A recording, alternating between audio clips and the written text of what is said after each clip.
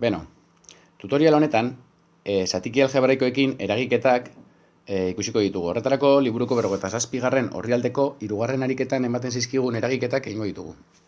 Barkatu. Orduan, demagun ematen digutela A, hor daukagun hori, bai. Hor ditugu bizatiki, eta egin behar dugu, beraien arteko, bizatiki horien arteko, hemen ikusten dugun bezala, kenketa, bai. Orduan, kenketa hori egin baino lehen, egin behar dugu lehenengo gauza da, izendatzaile komuna jarri ez, bizatiki horietan. Orduan, topatu beharko dugu, bi izendatzaile hauen arteko MKT.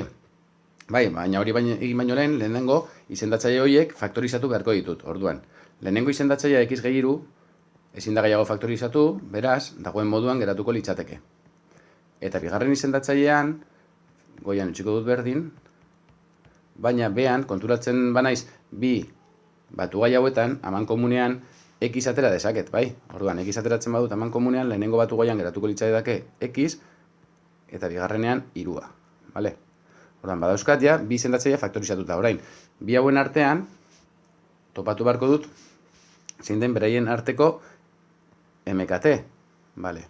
Orduan, badakit, multiplo komun txikiena topatzeko, jarri behar ditu dela agertzen zaizkidan biderkagai guztiak, ez? Bi hauetan agertzen zaizkidan biderkagai guztiak, eta gero bakoitzari berretzaile handiena. Orduan, zer agertzen zait? Agertzen zait x gehi 3, agertzen zait ere bestalde batetik x bat, eta bakoitza berretzaile handienarekin x gehi 3 berretzaile handiena bat da, eta x agertzen den berretzaile handiena ere bat, beraz, hori izango litzateke. Orduan, lehenengo, orain goazen goikoa antolatzera, orduan, lehenengo zatikiari, bai, hemen, behan neukan x gehi 3, beraz, biderkatu dut bider x. Orduan, goian ere, bider x egin beharko dut. Bai? Eta bestea, geratuko litzaidake, berdin, ze badaukat izendatzaile hori jarrita, orduan, ken, parentesia zabalduko dut, x garratu gehi 5. Vale. Orduan, orain, goiko guztia eragin barko dut, abertze geratzen zaidan ikusteko, bai? Orduan, x hori, biderkatuko dut, bider bi x gehi 1, geratuko litzaidake beraz, x bider bi x ber bi, eta x bider bat gehi x. Ken, barruko guztia, x ber bi, eta ikurraldatu behar dioz, ken horri guztiari eragiten dionez, ken 5, bai. Guztia usati, x bider x gehi 3. Vale. Hau garatuz, egin behar dudana da. A ber, x berbiak x berbiekin. Bi x berbi, ken x berbi, geratzen zait, x berbi. Xak xekin. Barkatu. X berbi.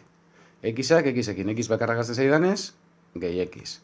Eta gai aske ere bakarra denez, ken 5.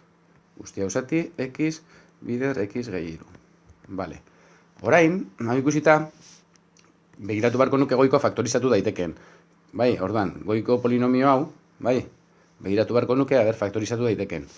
Eta hori faktorizatzeko, badakigu, bi era dauzkagula, bai, egin dezakegu hori faktorizatzeko edo Ruffini erabili, edo bigarren mailako denez, bai, Ruffini, edo bigarren mailako denez, formula, bai.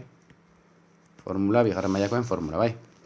Orduan, kasu honetan, ni badakit hori saiatzen bazarete ez dela zehatza izango, ez duela errorik izango, beraz ezin dela gehiago faktorizatu.